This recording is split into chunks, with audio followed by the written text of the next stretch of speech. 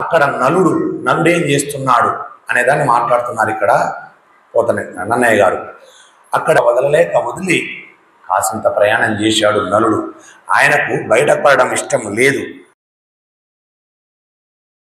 ఏమడుగుతాడు? ఆయన ఒకనాడు ధరణీ మండలంలో శాసించిన చక్రవర్తి. గుర్తుపెట్టుకోండి, నలుడు ఒక కాలాన వాళ్ళు ఏమైపోయాడు? తినడానికి తిండి లేక, పక్కన భార్య లేక, పిల్లలు లేక అలమటించిపోతున్నాడు. కట్టుకోవటానికి సరైన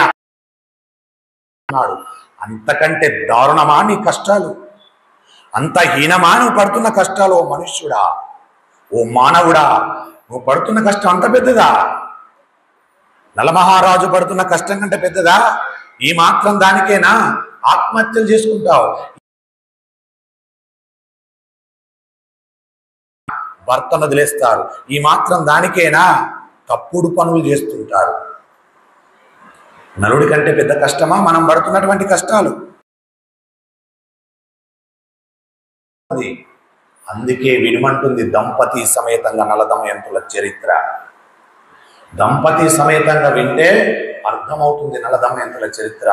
అది మహాభారతం అంతర్గతంగా వింటే మహాభారతం వినడం వల్ల మహాత్ములు ఎందరో దర్శనమవుతుంది.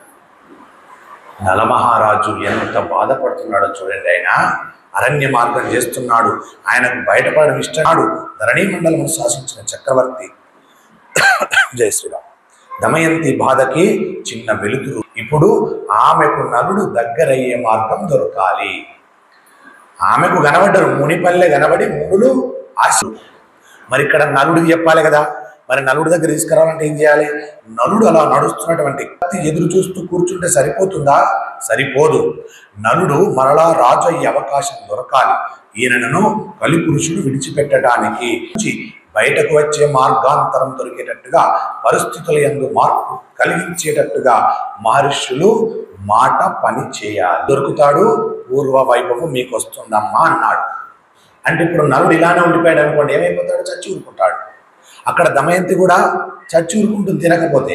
మరి ఇప్పుడు ఏం చేయాలి? పార్వతివ్రత కాదా మునిపల్లెని సృష్టించి ఆమెకు భాష ఇచ్చేశారు, ధైర్యాన్ని ఇచ్చేశారు, వరాన్ని ఇచ్చేశారు. మరి ఇప్పుడు ఆ వరాన్ని నెరవేరాలి కదా, నలుడు బ్రతకాలి కదా. నలుడు బ్రతకాలంటే కాబట్టి మార్పు కలిగించేటట్టుగా మహర్షుల మాట నిలబడాలి. అందుకు వచ్చింది ఆ మునిపల్లె. మహర్షులు ఇచ్చిన ఆశీర్వచనం వస్తుంది. ఇక్కడ కూడా నీకు రావాలి. నువ్వు కష్టాలు పడితే నిన్న ఇల్లు అమ్ముకున్నావు, ఆస్తులను అమ్ముకున్నావు, రోడ్డు మీదకి వచ్చావు, భార్య పిల్లలతోటి కిరాయి కొంపలలో కాలాన్ని వెళ్ళదీస్తున్నావు. భర్త పుణ్యం పోకూడదు. ధైర్యాన్ని పట్టుకో. నువ్వు చేసిన పుణ్యం ఉంటే నువ్వు ఈ రకంగా కాపాడుతుంది దైవవాక్కు. ఏదో కోణంలో వస్తుంది. ఎవరు అంటే నువ్వు చేసిన పుణ్యమే లేకపోతే నువ్వు తల కిందికి కాళ్ళు మీదకి పెట్టి తపస్సు చేసిన రాదది.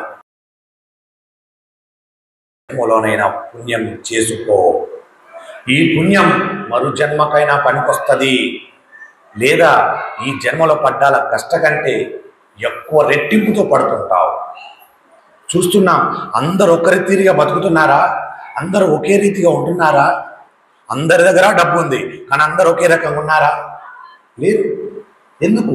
చేసిన కర్మలను అనుసరించి, చేసిన పుణ్యాన్ని అనుసరించి, పూర్వాజన్మలో చేసిన పుణ్యాన్ని అనుసరించి. అందుకే తగు జాగ్రత్త. ఈ జన్మలోనైనా కాసింత పరధర్మాన్ని పట్టుకో, ధర్మాన్ని పట్టకు, ధర్మాన్ని కాపాడు. ఏదా ధర్మము? నీ భార్య పిల్లలు పోషించుకోవడం ధర్మం, నిన్ను ఉద్ధరించుకోవడం ధర్మం, నీకంటూ కొంత సంపాదించుకోవడం ధర్మం. ఇది ధర్మమే. పరధర్మాన్ని చూడు, పరధర్మాన్ని పట్టు. పరధర్మం పరమధర్మమై నిలుస్తుంది. ఆ పరమధర్మమే మరో జన్మ నిన్ను ఇలాంటి కష్టాలు వస్తే శుభ ఫలితాలు ఇస్తుంది. లేదా కష్టాలు రాకుండానే ఉండవచ్చు. పరమధర్మాన్ని పట్టుకొని బతికితే, పరధర్మాన్ని పట్టుకొని బతికితే ఎవరో ఒకరు వచ్చి మరో జన్మలో నిన్ను కాపాడుతారు. పరమధర్మాన్ని పట్టుకుంటే అసలు ఎవరొచ్చి నిన్ను ఆదుకోవడానికి అవసరమే లేదు. అవసరం లేనటువంటి జీవితాన్ని ఇస్తాడు పరమేశ్వరుడు. ఎంత తెల్లంగా చెప్పేశాడో చూడండి. నువ్వు పట్టుకున్న ధర్మమే ఉందా?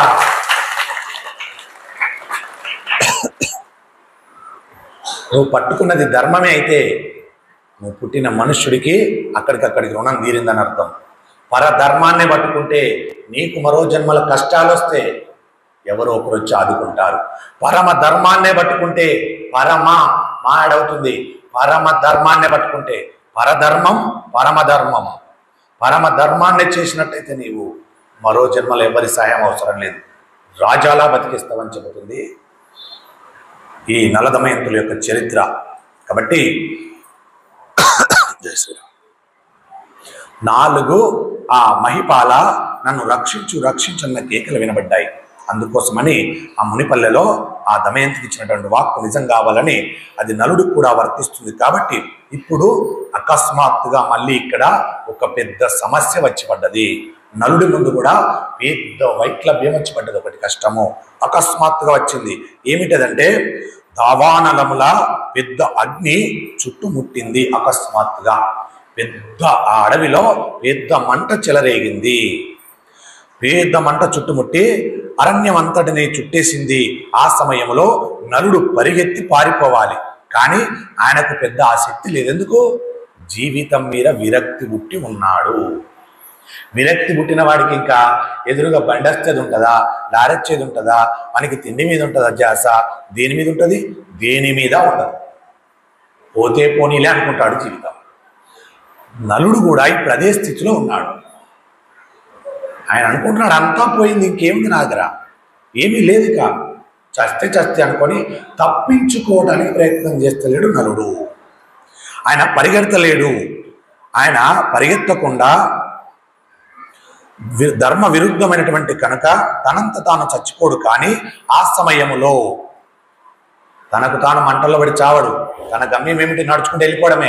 వెళ్ళిపోతుంటే ఏదన్నా నచ్చి అంటుకుంది అనుకో, చచ్చి ఊరుకుంటాను. కానీ నాకు నేనుగా పోయి అగ్నిలో దూకను, నాకు నేనుగా పోయి ఉరి పెట్టుకోను, నాకు నేనుగా పోయి విషం దాగను, నాకు నేనుగా చావను అనేటువంటి ధర్మాన్ని పట్టుకోవాలి. అన్ని కష్టాలు వచ్చిన నలుడే అంత గొప్పగా మాట్లాడాడే. మనుషులం, ఆ మాత్రం కష్టాలు వస్తే మనకెందుకంత ఇబ్బంది? ఎందుకంత చిన్న చూపు చూసుకుంటావు? కాలం ఎప్పుడో రకంగా ఉంటుందా? కష్టాన్ని పొందు. నువ్వెన్ని పాపాలు చేసినా కష్టం తీరగానే సుఖం వచ్చేస్తుంది. తగు జాగ్రత్త అని చెప్తుంది మానవ జన్మానికి. కాబట్టి ఆయన ఆ సమయంలో అలా చిన్నగా నడుస్తూనే ఉన్నాడు. నడిచే సమయంలో ఒక పిలుపు వినబడ్డది అతనికి, ఒక మాట వినబడ్డది. ఏమిటంటే, ఓ మహిపాల నన్ను రక్షించు అన్న కేకలు వినబడ్డాయి నలుడికి. ఆ కేకలు ఎక్కడి నుండి వినబడుతున్నాయో అక్కడ ఆ మంటలలోకి నలుడు ఒక్క దూకాడు. అలా పెద్ద దావనంలా చుట్టుకొని మంట, అగ్ని. ఆ అగ్నిలోంచి ఓ పిలుపు వినబడ్డది, నన్ను రక్షించంటే నలుడు ఒక్కసారి ఆయన పరమధర్మాన్ని పట్టుకున్నాడు. పరధర్మాన్ని పట్టలేదు, పరమధర్మాన్ని పట్టుకున్నాడు. ఎక్కడ పరమధర్మం అయింది ఇది? ఆ మంటల్లో ఏదైతే ఒక పిలుపు వచ్చిందో, ఇప్పుడు తను చచ్చినా పర్లేదు కానీ దాన్ని కాపాడాలి అనే దానికి పరమధర్మం అయిపోయి తన ఆ మంటలోకి దూకేశాడు. చూస్తే అక్కడ పెద్ద పాము ఒకటి చుట్టలు చుట్టుకొని ఆ మంటల మధ్యలో కాలిపోవడానికి సిద్ధపడుతూ ఎటు తప్పించుకోలేక పడగలు విప్పి అటు ఇటు కొట్టుకుంటుంది, పిలుస్తుంది. నన్ను కాపాడండి, రక్షించండి అని మాట్లాడుతుంది ఆ పాము. అని మాట్లాడగానే నలమహారాజును చూడగానే పాము అన్నది, వచ్చావా? దా, గబగబా రా, నన్ను రక్షించు, నన్ను కాపాడు, నేను చచ్చిపోవడానికి సిద్ధంగా ఉన్నాను, ఈ వేడిని తట్టుకోలేకపోతున్నాను, దయచేసి ఓ మహాత్మా నన్ను రక్షించని పదేగా మాట్లాడింది ఆ పాము. ఎత్తుకో, పడగలు విప్పి అటు ఇటు ఉంటున్నటువంటి ఆ పాము మాట్లాడింది. నన్ను ఎత్తుకో అంటే మీరు అనవచ్చు, పాము మాట్లాడుతుందంటే దైవకారణ సంభూతం. ఆ పాములు మాట్లాడతాయి, కొన్ని చెట్లు కూడా మాట్లాడతాయి, కొన్ని పక్షులు మాట్లాడతాయి. ఎందుకు? దైవ సంకేతంగా మాట్లాడుతుంటాయి. కాబట్టి అక్కడ సందేహం అవసరం లేదు. మాట్లాడింది పాము. నన్ను ఎత్తుకో, నన్ను తీసుకెళ్ళి ఎక్కడైనా దించు, ఇక్కడ ఉంచకు, చచ్చిపోతాను అని అన్నది. అంటే ఇంత పెద్దగా ఉన్న నన్ను ఎలా ఎత్తుకుంటానని అనుకుంటున్నావా? ఓ మహిపాల, నన్ను ఎలా ఎత్తుకుంటానంటున్నావా? ఇప్పుడు నీవు నీ చేతితో పట్టుకోగలిగినంత చిన్న పామునైపోతాను. అంటే ఆమె దగ్గర శక్తి ఉంది అని అర్థం. పాము దగ్గర నేను చిన్న పామునైపోతాను, నేను నాగకుమారుడిని, నాకు సెగకి క్షోభ పడిపోయాను,